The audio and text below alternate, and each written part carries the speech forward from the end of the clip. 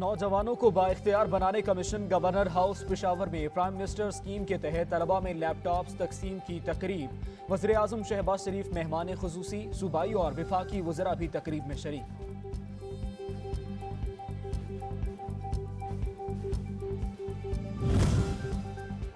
वज़ीर आज़म शहबाज शरीफ और माइक्रोसॉफ्ट के बानी बिल गेट्स के दरमियान टेलीफोनिक राबता, सेहत आमा और सेक्टर प्रोग्राम से मुतालिक गुफ्तगू की।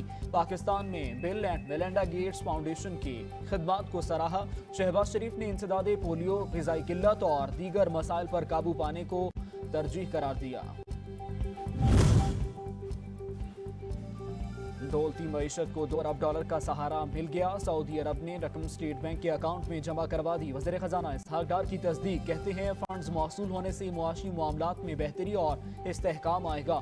मुश्किल वक्त में मदद पर वज़ीर आज़म, आर्मी चीफ और वजारत खजाना मशकूर है।